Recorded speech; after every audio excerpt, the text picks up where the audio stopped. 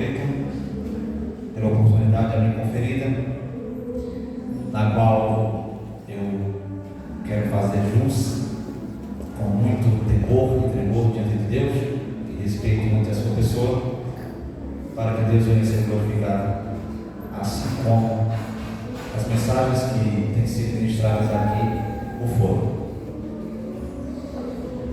E da mesma sorte, peço a oração dos meus companheiros que aqui estão, minha retaguarda, para que possamos, à medida da transmissão da palavra, ter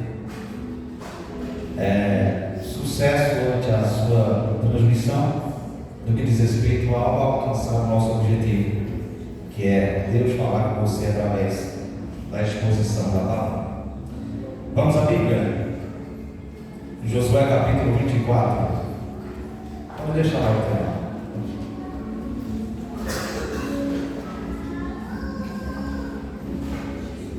De Josué.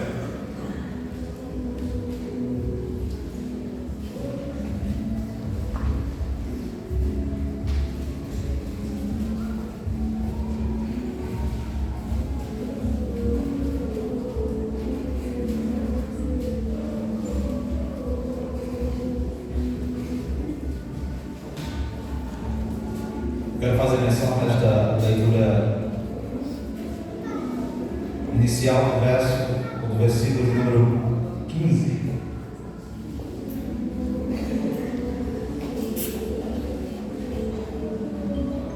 No decorrer da mensagem, nós iremos fazer uma exposição a partir do versículo 1 até o versículo número 15, obviamente, dentro do tempo a nós conferir. A palavra de Deus nos diz: porém, se vos parece mal aos vossos olhos servir ao Senhor, escolhei hoje a quem servais. Se os deuses a quem serviram vossos pais, que estavam da além do rio, ou os deuses dos amorreus, em cuja terra habitais. Porém, eu e a minha casa serviremos ao Senhor. Eu quero também usar como referência Judas. Algumas Bíblias contém capítulo, outras não, mas se a sua não tem capítulo, Judas, verso de número 3. Se a sua tem, Judas, capítulo 1, verso de número 3. Diz assim o texto sagrado: amados, procurando eu escrever-vos com toda a diligência acerca da comum salvação, tive por necessidade de escrever-vos, exortar-vos a batalhar pela fé que uma vez foi dada aos santos. Desejo fazer menção do tema a família e a igreja debaixo da graça. Eu e a minha casa servindo ao Senhor. A família debaixo da graça. Eu e a minha casa servindo ao Senhor. Aleluia. Para começar, vamos considerar estas palavras de um pastor norte-americano chamado Chuck Swindoll, que diz: seja o que for que se diga sobre a família, ela é a base da vida, a bigorna sobre a qual as atitudes e convicções são forjadas. É o lugar onde as contas da vida vencem a força mais influente em nossa existência terrena. Vivemos em um mundo que minimiza o valor da família. Não percebemos o tipo de mundo que nossos filhos enfrentam todos os dias, e como as coisas mudaram e mudam diariamente. Diz ele: as crianças dos anos 30 cresceram durante a Grande Depressão de 1928, quando os tempos eram difíceis, em que homens, mulheres, em muitos casos até crianças, tinham que labutar, trabalhar. As crianças dos anos 40 cresceram durante a Segunda Guerra Mundial. As crianças dos anos 50 cresceram com a invenção da televisão ainda seus primórdios em preto e branco. As crianças dos anos 60 cresceram com a chamada revolução sexual, e daí em diante, a vida da juventude em todo o mundo, influenciada pela cultura ocidental, nunca mais foi a mesma, com aquela velha base dos conceitos judaico-cristãos. E também as violências na rua e o florescimento ou fortalecimento dos movimentos de esquerda nos países do Ocidente, tanto no plano político quanto também no plano ideológico. E ele continua: as crianças dos anos 70 cresceram com muitas tensões e outros afins. As crianças dos anos 80 cresceram com a epidemia da AIDS e o apogeu das drogas. As crianças dos anos 90 cresceram com a libertinagem e a liberdade midiática propagada pela grande mídia. As crianças dos anos 2000 cresceram com o 11 de setembro sendo o emblema de um novo século que não foi marcado nem inaugurado pela paz. E as crianças de 2010 para cá estão sendo bombardeadas diuturnamente, dia e noite, pelo mundo da tecnologia, de iPhones, YouTube, Instagram, WhatsApp e outros afins, que tem tragado a atenção, a devoção que outrora era dada dos filhos para com os pais e dos pais para com os filhos. Fecha-se aspas. Estas são as palavras e observadas pelo pastor Jake Swindle, um pastor norte-americano. Pois bem, nossos filhos veem mais, sabem mais, experimentam mais e crescem muito mais rápido. Conversar sobre sexo com eles não é, talvez, na sua grande maioria, uma novidade.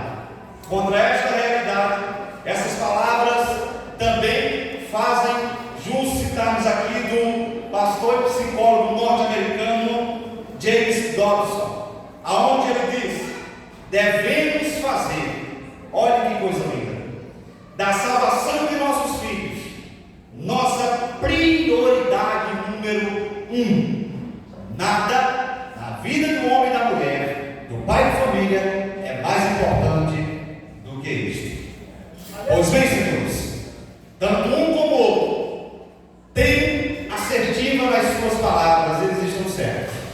Pois o mundo no qual nós estamos inseridos, o século XXI, a pós-modernidade que é esbanjada diante dos nossos olhos, ela tem divorciado os conceitos dos quais a nossa sociedade foi formada para com Deus, com a família e com a sociedade, para um novo intento, que já foi antecipado aqui há tempos atrás, até pelo nosso pastor, concernente à cartilha dos 10 mandamentos do comunismo, tentando deturpar o plano, o projeto de Deus para a família. Com isto, há uma leva. Nós, como pais, como genitores e progenitores da nossa família, temos que ter como prioridade número 1 da nossa vida a salvação daqueles que de nós dependem da didática cristã. Josué certamente entendeu o poder dos pais em uma família. Quando ele chegou ao fim de sua vida, ele reuniu os líderes de Israel para uma mensagem final. Sabendo que ele está apenas a um passo da morte, ele soa um chamado, a renovação que começa com o recital das bênçãos de Deus no passado. Isso nós vemos do versículo 1 até os versículos de número 13 do capítulo de número 24 do livro em questão. Então ele desafia o povo a ser fiel a Deus, a partir do versículo 14 até o versículo de número 27. No meio de sua mensagem, encontramos aquelas palavras comovedoras que foram citadas e memorizadas por mais de 3.000 anos atrás. Mas, quanto a mim, porém, todavia, portanto, sempre uma palavra contrária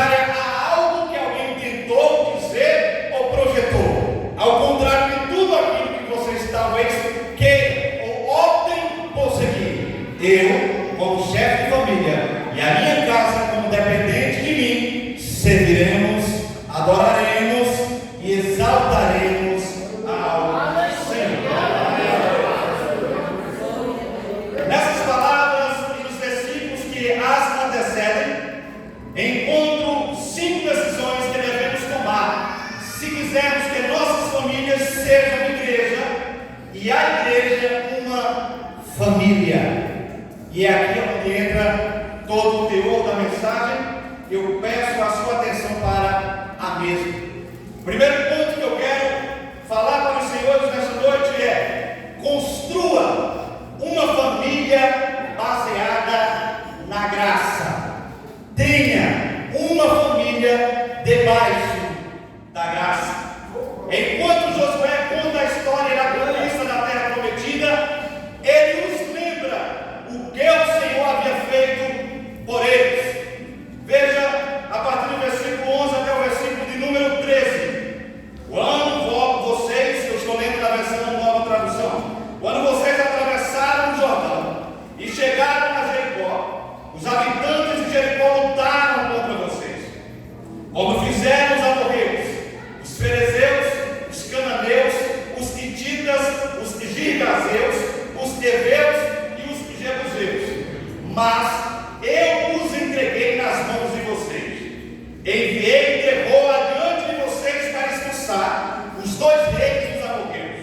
Não foram espadas. Olha que coisa linda, Deus falando com Israel.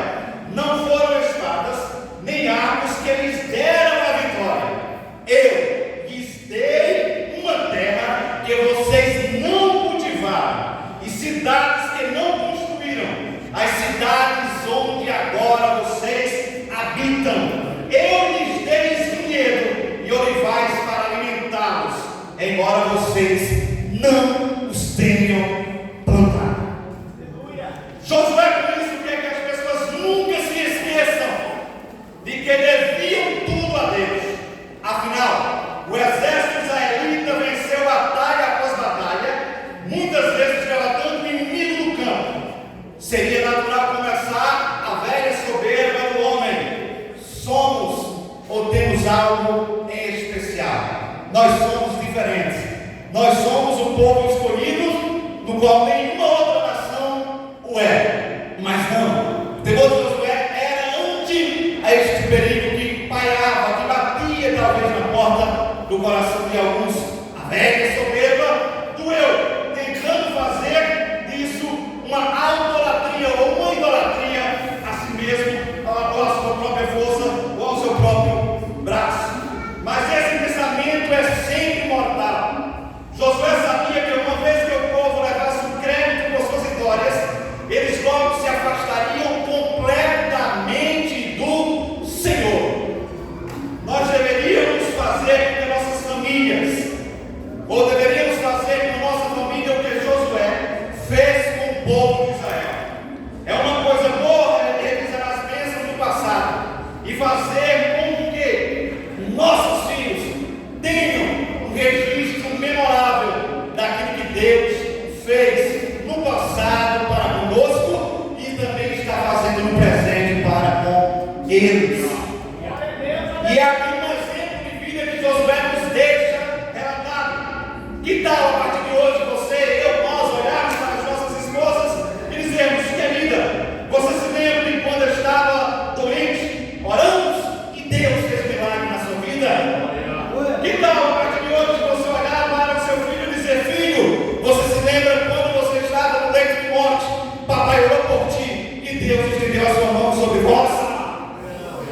Que tal nós, como igreja, nesta noite, olharmos e dizermos: só estamos aqui porque muitas foram as bênçãos de Deus derramadas sobre nós? Aleluia. Pois, como diz o velho hino, somos um milagre, por isso estamos aqui, pois a glória é dele, por ele e para ele, glória.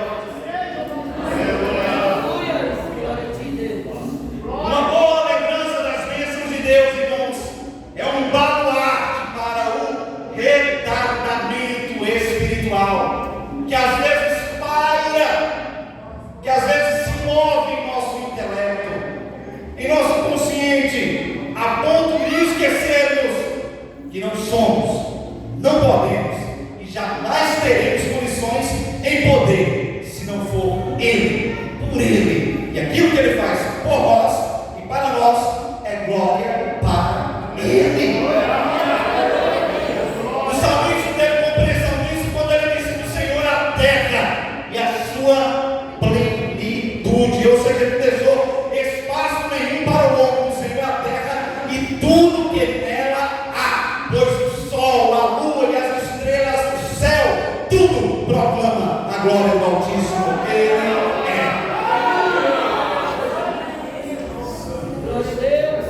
Cabe aqui uma alerta: Deus te abençoou, anote, faça uma anotação, anote uma caderneta, pense com frequência sobre isso, conte para os seus filhos, conte para a sua família, conte para os seus amigos, passe adiante para que as gerações seguintes possam contar a história depois que você for para o céu. A tal ponto do seu filho olhar e dizer: papai, mamãe, meu pai, minha mãe, pai e manhã era um homem e uma mulher de Deus. Amanhã vai fazer exatamente 30 dias que eu fui pela primeira vez na casa do pastor. E quando eu cheguei em casa, eu falei para a Lidiane, eu saí de lá renovado com as experiências de vida que ele contou. E eu até fiz um post e coloquei nos status do Instagram. As experiências que lá eu vi renovou a minha fé concernente ao beneplácito, a bênção de Deus para com a minha vida. Em momentos alguns dialogamos sobre coisas atemporais, coisas passageiras ou coisas fúteis. Nós somente dialogamos sobre aquilo que é atemporal. Deus em nós, esperança da glória. Ele contando as experiências de vida e aquilo ali iria me renovando e dizendo: da forma como eu fiz, eu posso fazer na sua, posso fazer na vida de outra. Basta estar debaixo da posição no qual Deus requer. Que tal nós fazermos isso em nossos encontros diários? Experiências com Deus e para com Deus. Renovam a fé da igreja, edifica a igreja e envergonha o inimigo da igreja.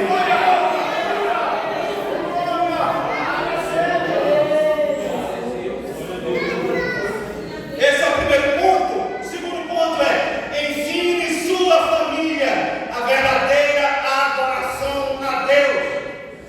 Versículo 14, parte A, Josué conclama o povo e diz: agora, pois, temei ao Senhor. Quando pensamos no temor do Senhor, muitas pessoas têm a ideia de terror, de algo fúnebre. Mas temer ao Senhor significa ter um respeito tão profundo por Deus que queremos agradá-lo em tudo o que fazemos, no trabalho, no trânsito, na rua, ao entrar, ao sair, nos nossos 5 sentidos, em nosso intelecto, em nosso espírito, em nossa alma e em nosso corpo, através dos hinos, através da pregação, através do bom testemunho do que Deus já fez, através do perdão, através de dar a cara para bater, através de um sorriso, através de, como o Júlio falou na sua mensagem tempos atrás aqui, de um simples, mas belo e aconchegante abraço. Deus estará sendo glorificado, honrado e exaltado em nós. O escritor diz que se refere à dedicação interior, temer a Deus. Como compartilhamos então esta dedicação que parte do interior e ela é expressa, visível no exterior, com as nossas famílias? Isso, irmãos, é mais do que uma atmosfera de um programa. Quando os pais realmente temem a Deus, seus filhos aprenderão a temê-lo também. Quando eles amam o Senhor, será natural que as crianças também o amem. Quando eles cantam hinos, seus filhos aprenderão as palavras e louvores a Deus. Quando eles oram, seus filhos orarão silenciosamente também.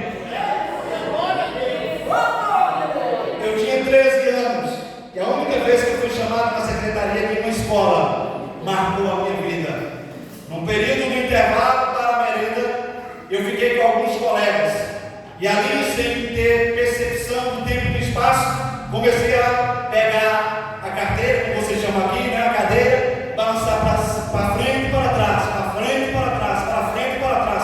Quando eu olhei aonde estava o Isaac, um inspetor do colégio fez simplesmente assim com seus dois dedos indicadores: venha.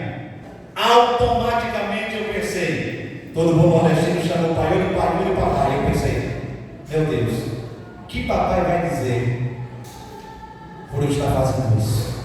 Qual o testemunho de crente eu estou dando com 13 anos de idade? Primeira e única vez. Eu pensei, meu pai me ensinou que crente não deve fazer isso. E nunca mais eu fiz. Quando nós comungamos com os nossos filhos a mesma fé que temos, a probabilidade de imitação é ampla, porque o nosso caráter está sendo moldado, formado e polido. Olha que coisa linda, eu achei por bem recitar aqui a saudosa irmã Wanda Freire da Costa, em seu livro Minhas Experiências com Deus, nos dá uma lição de amor e dedicação na criação dos filhos. Olha o que ela diz nesse livro. Palavras dela, abre-se aspas: posso dizer que ser mãe é uma virtude, é uma graça, é um poder de Deus, é uma coisa linda e maravilhosa que Deus nos dá. Joias preciosas são os nossos filhos. Deus nos dá os filhos e também nos ajuda, nos orienta, nos dirige, nos ensina a criá-los no temor da palavra de Deus. Como pais, temos a obrigação de fazer isso também na vida espiritual. Sempre pensava, diz ela, tenho que cuidar dos meus filhos, ensinar-lhes os caminhos do céu, porque quando eles estiverem grandes vão ver o fruto do meu trabalho. Sempre tive muito cuidado com a criação deles. Não transferia, olha que coisa séria, irmãos, a responsabilidade de criá-los. Como pais, temos que despertar no coração dos filhos o desejo e interesse pelas coisas de Deus. E aí ela fala com todo bom nordestino, né? Tem que ser pequeno. Se não coloca pequeno, não coloca nunca mais. Fecha-se aspas. E o exemplo está aí dos frutos que tiveram na criação dessa saudosa irmã, dessa piedosa senhora, para Deus, para com seu esposo, para com a família e também para com a igreja. Uma coisa agora que eu alerto para os homens: nós que carregamos a responsabilidade pesada na vida como promotores do lar e também como cuidadores do mesmo e como provedores, às vezes delegamos única e exclusivamente às mulheres o ato da educação dos nossos filhos. E isto é um erro do homem. Pois bem, Deus concedeu a ambos a responsabilidade compartilhada. Um complementa o outro naquilo que o outro não consegue fazê-lo, para que ambos possam não se sobrecarregar e nem muito menos carregar um ao outro, e o caráter do filho venha a ser formado desde a tenra idade. Lembremos do que Paulo disse a Timóteo: sabes, conheces, aprendestes as sagradas escrituras desde a tua meninice. Desde criança tu tens sido forjado, tu tens sido moldado, polido pelas sagradas escrituras. Homens, não deleguemos única e exclusivamente às mulheres este ato, pois é um ato compartilhado, é um ato delegado por Deus para nós como sacerdotes do lar, para que possamos ambos fazer dos nossos filhos servos do Deus Altíssimo em uma manhã próxima. Aleluia! Uma famosa pintura de Norma Rockwell mostra uma família suburbana indo para a igreja, liderada pela irmã mais velha, seguida pela mãe, que é seguida pela irmã mais nova. Todas as três mulheres estão vestidas e indo para aquela igreja. Seguindo-os está atrás deles ou delas uma criança, E atrás da criança está a foto de um homem, o pai daquela criança e o pai daquelas moças que estavam indo para a igreja. Só que aquela figura chama muita atenção, porque enquanto a mãe, a filha mais velha e as demais estavam com foco no futuro, indo adiante, aquela criança, do sexo masculino, estava com foco no passado, olhando para trás. E lá atrás estava o seu velho pai, deitado ou sentado em uma cadeira, com um cigarro ou um charuto na boca e lendo um velho jornal. Pois bem, o que aprendemos com isso? Que a educação espiritual daquele lar somente foi polida por uma das partes. Aquela criança, aquele menino foi para a igreja, mas talvez não entendeu tudo, porque a sua percepção estava no passado, estava para o seu pai. A probabilidade daquele menino não ter feito conforme as suas irmãs fizeram, possivelmente tenha sido muito alta. Por quê? Porque não convém um ir e deixar o outro em casa, mas ambos irem e ensinarem a sua prole e seus filhos os santos caminhos do Senhor. A métrica, a medida é: eu e a minha casa serviremos, adoraremos ao Senhor.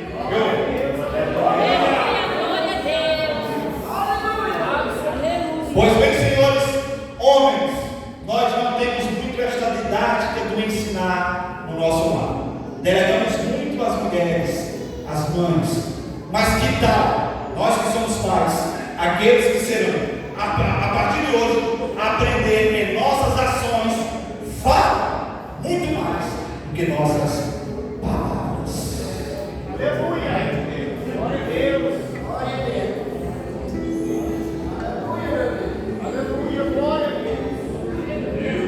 O terceiro ponto da minha mensagem é a família servindo a Deus de todo o coração.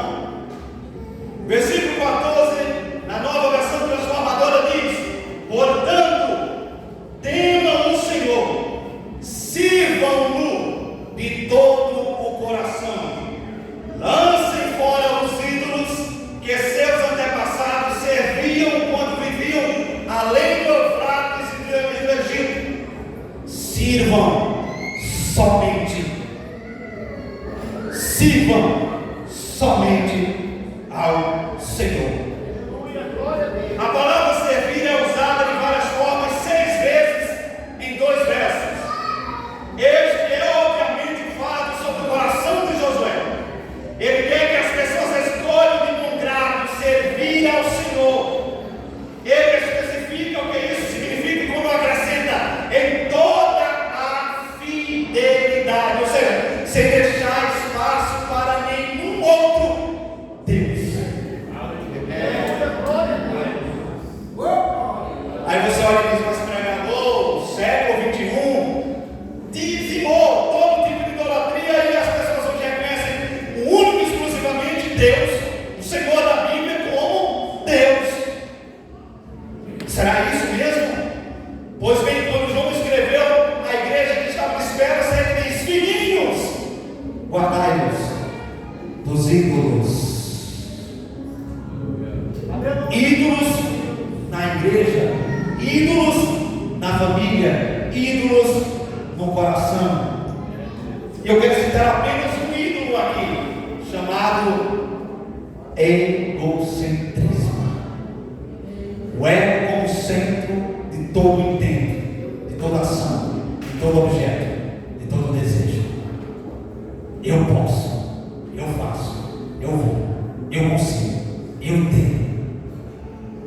Lembra lá de Nabucodonosor? Não é esta a grande Babilônia? Que eu edifiquei com a força do meu braço.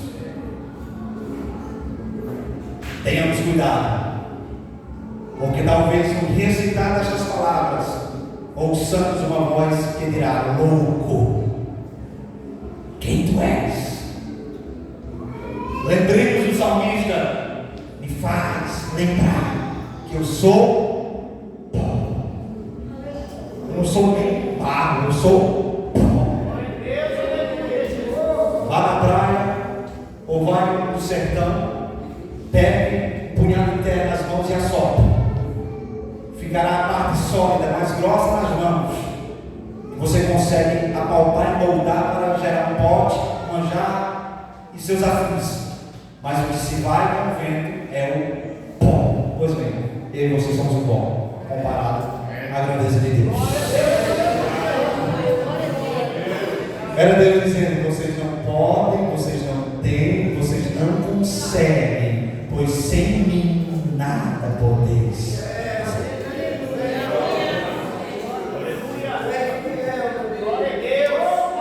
Para tanto, sirvam-no de todo o coração.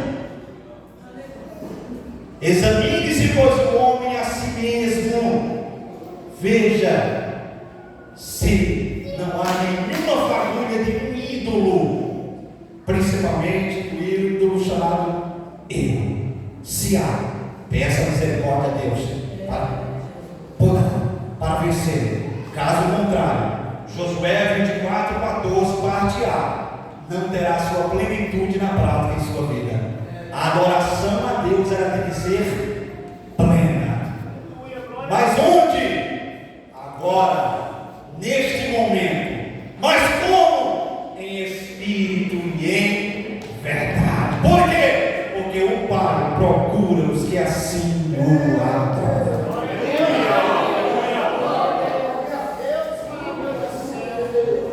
Quarto ponto: a família e suas escolhas espirituais, sejam elas boas ou sejam elas ruins.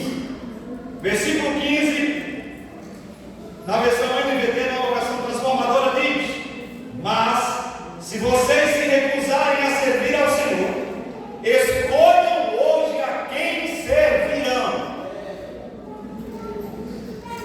Escolherão servir os deuses aos quais seus antepassados serviam ou serviram além do Eufrates? Ele faz esta pergunta. Ele faz esta pergunta. Lembra da Elias quando estava diante dos profetas? Até quando vocês vão ficar aí? Nessa dubiedade terrível entre dois pensamentos. O que é que vocês querem com isto? De manhã, em outras palavras, adoram a Baal.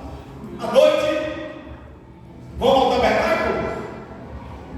À noite, vão para os montes acender altares para os postos ídolos. Pela manhã, vem ao tabernáculo.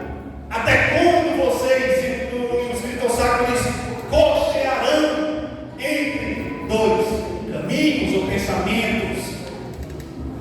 Escrevendo para a Odisseia, Deus diz assim: quem dera, seria até melhor se vocês fossem uma coisa ou outra, o apático ante a Deus, não querendo saber dele de jeito nenhum, ou se fossem de fato teocêntricos, que Deus fosse o centro, a centralidade da vida daquela igreja. Mas não, vocês estão assim, pensando que estão casados com Cristo, mas estão de amizade, amantes do mundo. Meu Deus! Tiago, escrevendo a sua carta, nos chama de quebradores de votos de fidelidade. Ele usa o termo adúlteros e adúlteras. Não saber que a amizade com o mundo constitui-os. A palavra constituir é como se eu pego esse pedaço e digo: eu ponho ele aqui, você torna-se uma personalidade inimiga de Deus. Bom seria que vocês fossem frios ou quentes, mas não. Vocês são a água que chegava, segundo alguns arqueólogos, era uma água morna pelos canais de Laodiceia. Quando o povo ia beber, uma água quase que difícil de digerir, se não passasse por um tratamento. Deus é tão sábio que usa essa figura de linguagem e uma prática que eles tinham conhecimento para aplicar o lado espiritual no qual eles estavam vivendo. E aquela igreja dizia que orgulhava-se que era rica, nada tinha falta, tinha visão como nenhuma outra tinha. e vestia-se como nenhuma outra vestia. E assim como ele disse para Nabucodonosor, ele disse para aquela igreja: desgraçada, miserável, cega e despida de roupa, aconselho-te que compres em mim. Olha que coisa linda. Deus jamais abandona os seus. Todos aqueles que olharam para trás e viraram as costas para Deus, o intento, a decisão é única e exclusivamente daqueles que assim o fazem. Mas Deus nunca vira as costas para nós. Só tem uma coisa que nos faz ficar separados de Deus: é o pecado dele liberado. Mas a vida como pecadores redimidos nos constitui filhos alcançados pela graça onipotente de Deus aplicada em Cristo Jesus na cruz do Calvário. Não peques, mas se assim alguém pecar, fique tranquilo, temos um advogado junto para com o Pai, Jesus Cristo, o justo, pois o seu sangue nos purifica e nos limpa de todo o pecado. Pois ele é a propiciação não só nossa, mas de todo o mundo. Mas para isso nós devemos estar na luz, como ele na luz, e não apenas estar, ele é a luz. Dele emana toda a luz. Aconselho-te que de mim compres. Deus sempre está aqui, nos dando a possibilidade de enxergar além do que nós possamos enxergar, nos dando a possibilidade de ver além do que nós podemos ver. Quando nós vimos Josué falando assim para Israel, era Deus dando um colinho para eles e dizendo: olha, não façam como os seus antepassados, assim eu direi. Eu não estou enxergando a fisionomia da irmã Kate, eu sei que ela está aí, porque eu já percebi que ela, com óculos, que ela está vestido rosa, mas eu não consigo descrever os seus detalhes da sua face. Por quê? Porque sem o óculos eu não consigo ver muito adiante de mim. Era Deus dizendo através de Josué para Israel: eu aconselho, eu dou uma possibilidade para vocês enxergarem além do que as vistas de vocês podem enxergar. A vista de vocês podem apenas apalpar os postes ídolos, podem apenas ver diante de si, mas eles não podem, eles não fazem, eles não têm. Eu os aconselho a olhar com os olhos da fé, a olhar para o interior, para a alma, para o espírito, e ver quem eu fui no passado, eu sou no presente e eu serei eternamente para sempre.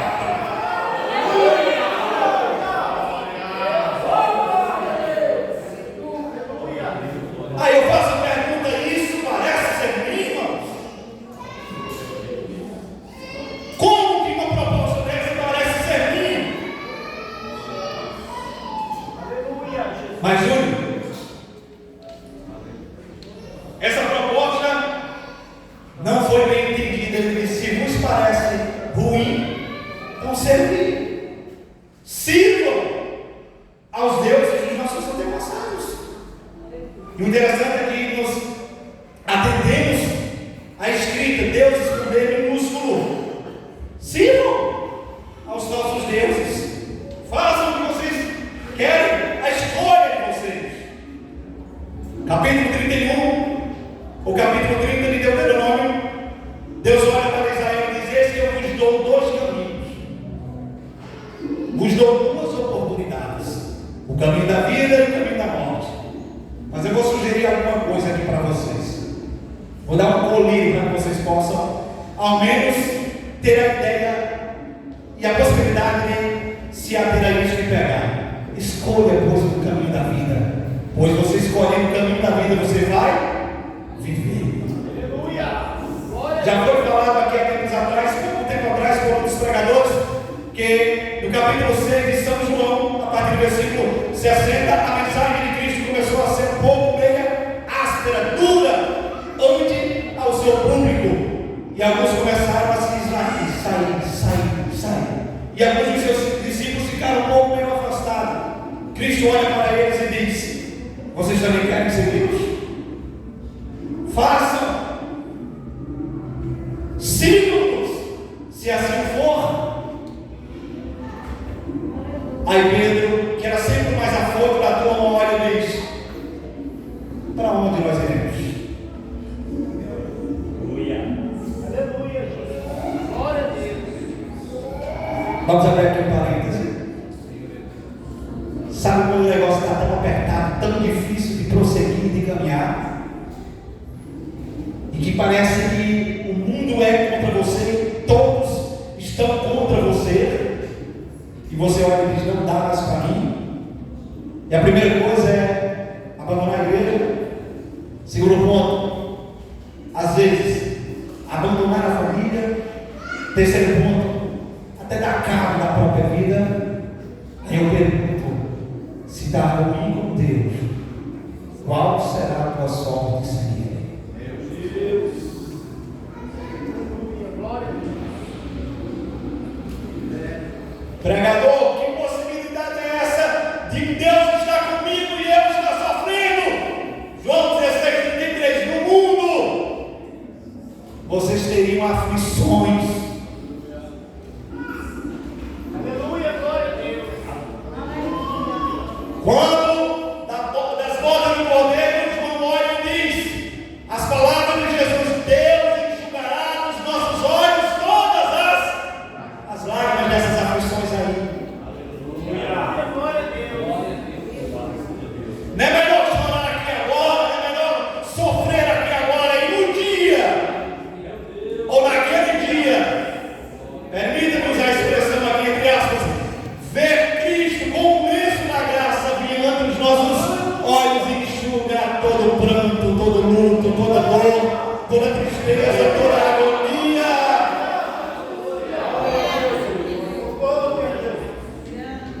Do que tentar passar por cima dessas barreiras difíceis que a vida nos dá e que enfrentamos nela, e que quando da separação do corpo e do espírito e da alma, assim se consumar no ato da morte, você não ter mais nenhuma sorte, pois o termo bíblico para a morte é separação, e a morte espiritual é uma separação eterna de Deus. Ele nos dá a possibilidade de nos moldarmos. Ele nos dá a possibilidade de enxergarmos além do que nós possamos enxergar. E a sorte está lançada à mesa. Qual será a tua escolha?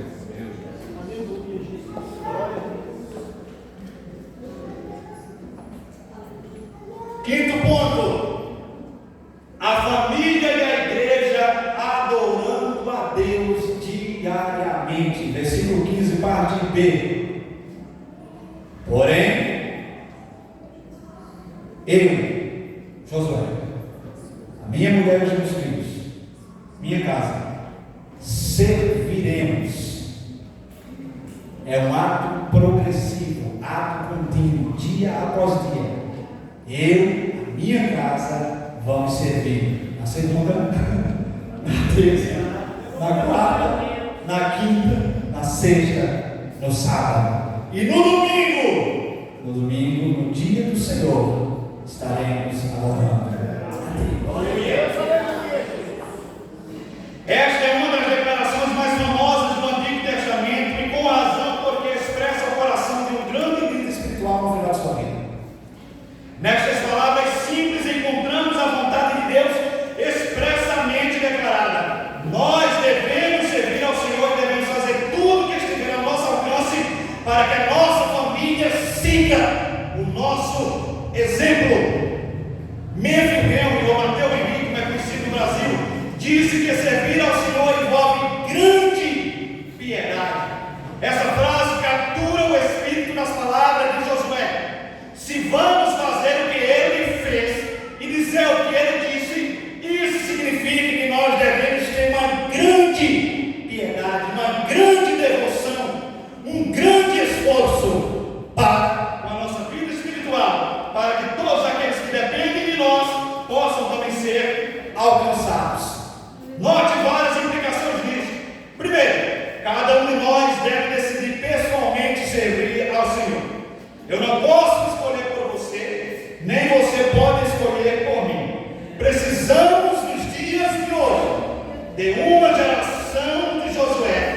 que faça essa escolha por si próprio. Em segundo lugar, os pais têm a obrigação especial de dar o exemplo certo nesta área. Dificilmente podemos esperar que nossos filhos sirvam a Cristo quando vemos nossos deveres sendo jogados às traças dentro dos nossos próprios lares. E terceiro, os pais têm a maior obrigação de fazê-lo. E há um fardo pesado implícito sobre os nossos ombros como tais.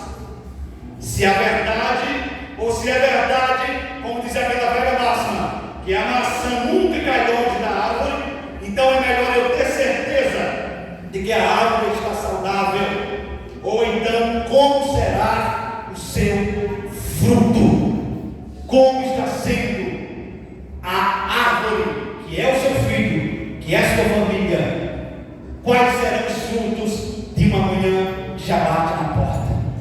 Como você está regando esta árvore frondosa que Deus colocou diante dos seus olhos? Atente-se a isso. Caso contrário, no amanhã os frutos cairão, mas não cairão bons, cairão todos. Concluindo, Josué conclama o povo para um momento de escolha. Olha que coisa bonita. Pois ele diz: quanto a mim, é uma declaração pública. Ele quer dizer: eu não me importo com o que vocês vão pensar, eu não me importo com o que vocês vão escolher, pois quanto a mim, não foi uma declaração interna, foi uma declaração pública. Quanto a mim, eu farei menção do nome do Senhor, eu e a minha casa serviremos ao Senhor. Todos nós temos que dizer isso mais cedo ou mais tarde. Acontece conosco se somos trabalhadores de escritórios, executivos, líderes empresariais, professores, estudantes, trabalhadores que moram na rua ou simplesmente um estudante. Todos nós um dia teremos que declarar ante a sociedade que nós fazemos profissão do nome do Deus Todo-Poderoso. Mas não apenas uma declaração pública. Isto também é uma decisão pessoal. Vejamos o texto. Mas quanto a mim, quanto ao meu próprio direito de escolha, no final de tudo, se resume-se a isso. Você deve escolher servir ao Senhor.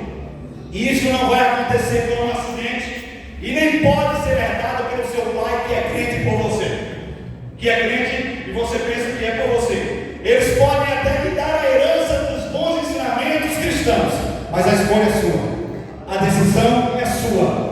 É você que tem que dizer sim para Deus e não para o mundo. Terceiro, é uma declaração persuasiva. Mas quanto a mim e a minha casa, esta pode ser a coisa mais incrível de todas. Aqui Josué fala como líder de sua família nomeado por Deus. Ele reivindica o direito de falar por sua esposa, pelos seus filhos e até pelos seus escravos. Eu falo porque Deus me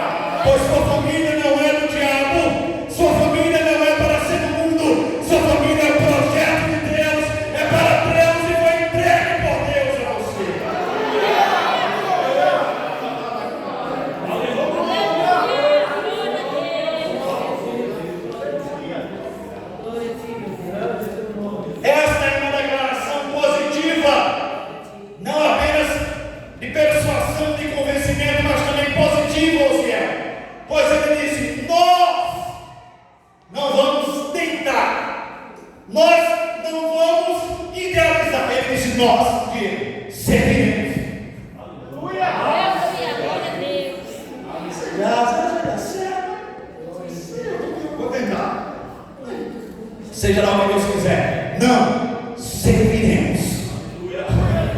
Vai dar certo. Deus é comigo. Com Deus é maioria. Se Deus é por nós, quem será contra nós? Toda ferramenta preparada contra nós não prosperará. Esta é a minha igreja, disse Jesus, e as portas do inferno não prevalecerão contra ela. Você é como a árvore frondosa, é como a videira plantada junto a correntes de águas. Você é um projeto de Deus. Você é de Deus. Você é para Deus.